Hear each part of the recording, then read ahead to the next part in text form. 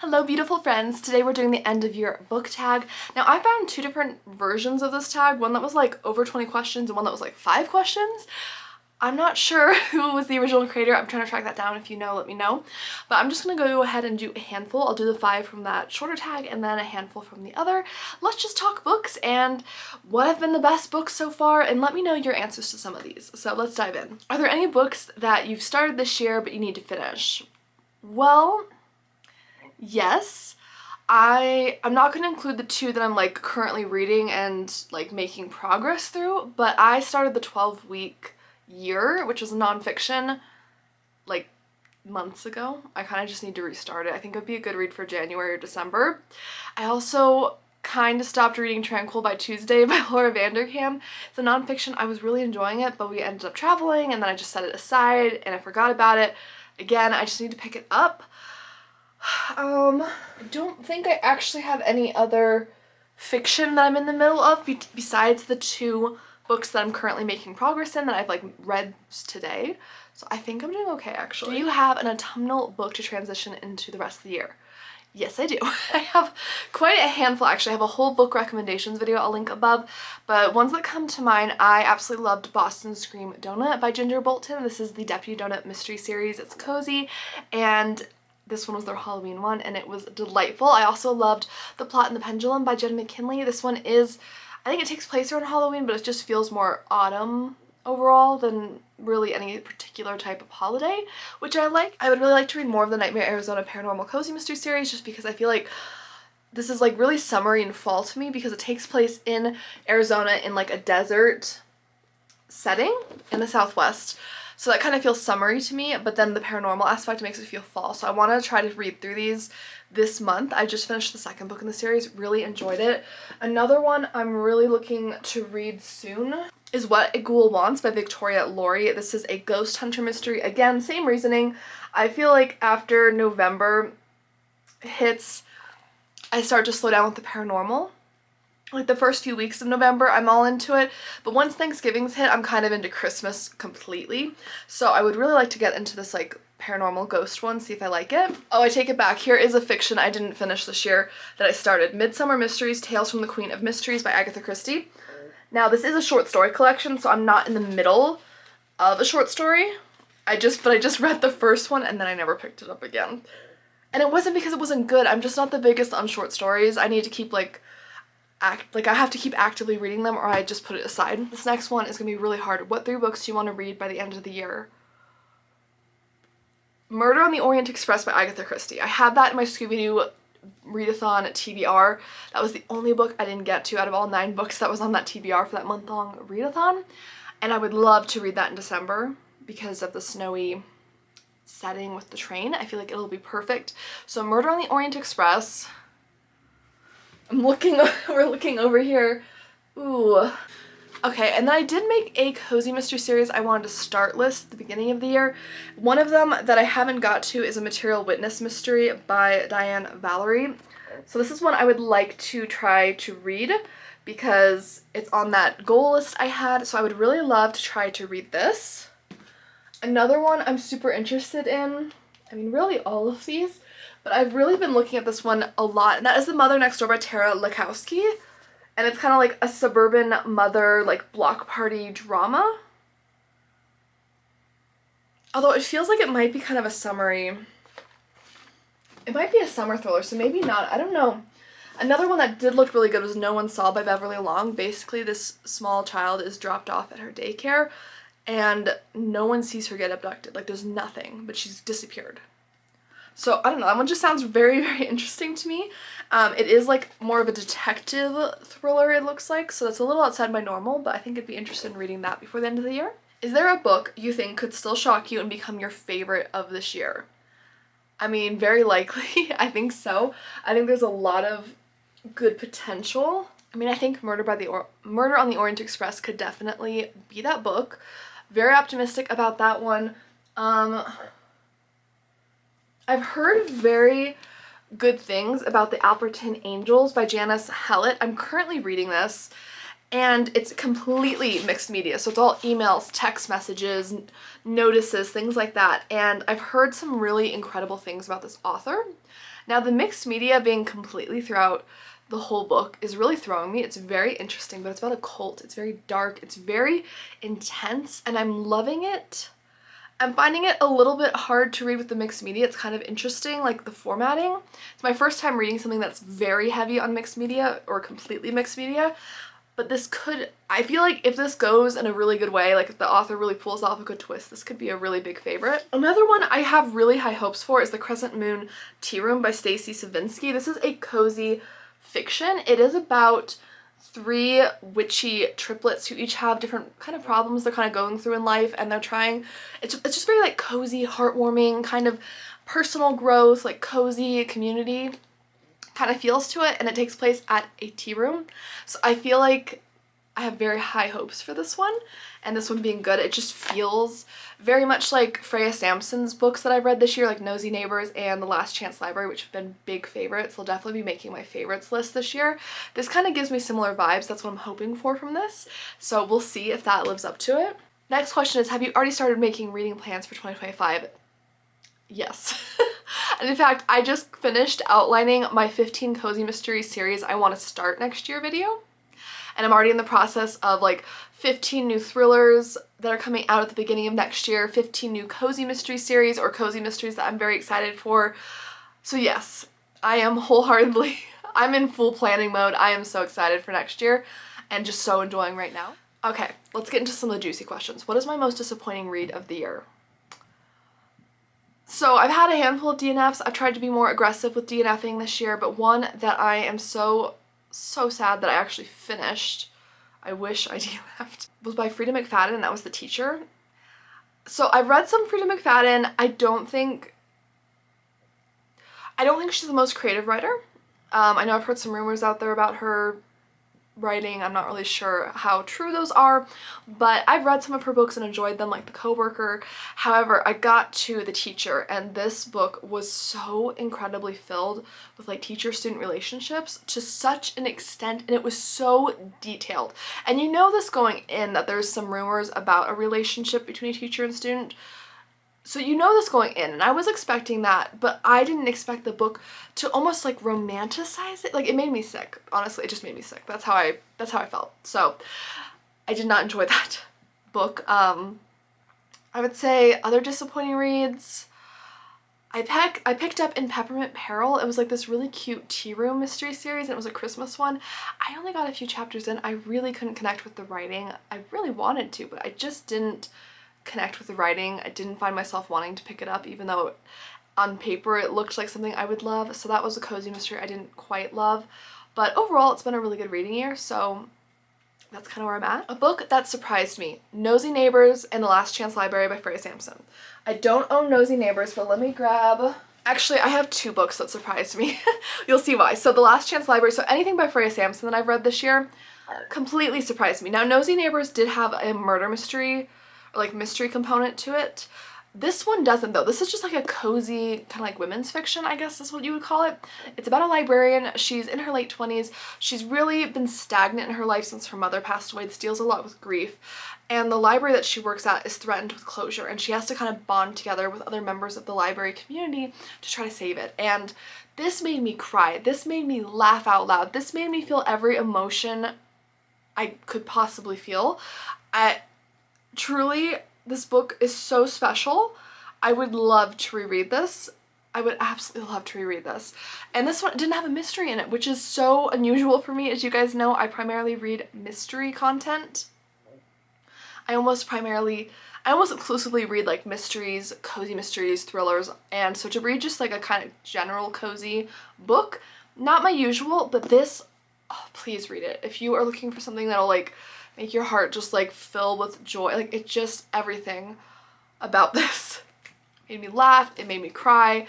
I was so surprised by the intensity of emotion with this book. The other one that really surprised me is because of the specific niche this is in, which is paranormal. And I've been getting more into supernatural cozy mysteries this year, but for the most part, it's more like a touch of supernatural. It's not like heavy. This one is full on paranormal. I mean, we're talking like werewolves, witches, and I loved it. I raved about this in my fall cozy mystery recommendations video. I adore this. This is The Nightmare Arizona Paranormal Cozy Mysteries. It's book 1. This is Homicide at the Haunted House. And the author is Beth Dolbner, and I just recently finished book 2 and I adored it. It's so good. Basically, think found family again, so I guess I'm very big on found family this year is what I'm discovering, but found family, Scooby-Doo vibes, ghostly mining town like Miner 49er, paranormal creatures, a cozy mystery at the heart of it, a character who's really gone through it recently. She's been put through the ringer. She's trying to reinvent herself. She's just spunky. I like her. I like Olivia. So anyways, I just wholeheartedly recommend this. I know from the comments, a handful of you have picked this up after hearing me talk about it, and a lot of you loved it as well, so I'm so excited to hear that, and I just was really surprised because I loved the idea of the mining town and the cozy mystery, but I wasn't sure how I'd react to the paranormal stuff. I love it. I absolutely love it, which is pretty unusual for me, so that's a surprise for me. A book that I haven't stopped thinking about, so I'll do a cozy mystery and a thriller because 2 immediately popped in my head. So for the thriller, The Return of Ellie Black by Miko Jean. This was a book of the month pick. This book went so many places. I was so shocked. Basically, this girl, Ellie Black, was presumed to be abducted or murdered or something a year ago, but she returns. She's found wandering the woods, but she won't speak about what has happened to her. And the detective on the case had a similar situation where her sister disappeared. So now she's trying to get Ellie Black to open up because she really wants to see if this is like a serial case and her sister was taken in the same way. So many emotions. This book was so shocking to me. I was so shocked. Like, there were so many things about this book. Totally threw me for a loop. In terms of what I haven't stopped thinking about for a cozy mystery, Sniffing Out Murder by Callie E. Benjamin. This book was just so incredibly well written. It's called A Bailey the Bloodhound Mystery, and the main character is a children's book author, and she writes books. She takes her dog, who's trained to like read with kids. It's very big on literacy and reading and writing, which I love. And Bailey the Bloodhound is such an adorable dog with such a big personality. It's bookish, it's delightful. The mystery was really excellent, and I'm so looking forward to it. Some of you commented recently that book 2 has been confirmed. I'll put the cover on screen, so I am so excited. That will definitely be making my most anticipated releases for next year for cozy mysteries because I adored book 1. I feel like I kind of answered this question already, but a book that you read that you would reread. The Last Chance Library by Freya Sampson. Again, this book made me cry. It made everything. I don't think my heart can handle it. It was just so good. I've also really been enjoying the Secret Bookcase mystery series by Ellie Alexander. That's a book series that I'm very much looking forward to continuing, and I've really, really enjoyed book 1 and book 2 and book 3 I have read. I'm working on book 4 right now, and I have enjoyed those. Favorite cover of the year? As someone who loves beautiful book covers, reads a lot of books with beautiful book covers, and loves the cozy mystery genre, which tends to have very cute book covers, I don't know if I can answer this. Okay, I'm looking at my Goodreads, and I'm going to say, okay, I love Public Anchovy #1 by Mindy Quigley. That is the deep dish pizza mystery series. Absolutely amazing series. Highly recommend it. Another super cute one that I love is Murder Past Due by Miranda James. This is a bookish cat mystery series with a male protagonist for cozy, which is kind of unusual, and it was excellent. 5 stars for me. Oh, I also love Miss Quinn's Rise to Fame. This is another one I would reread. It's a cozy fiction, again, very emotional, a lot to do with grief and the past regret, but so good. Again, it made me cry, but the cover for that one is very, very cute. I would also say Sniffing Out Murder again. That book has a super cute cover.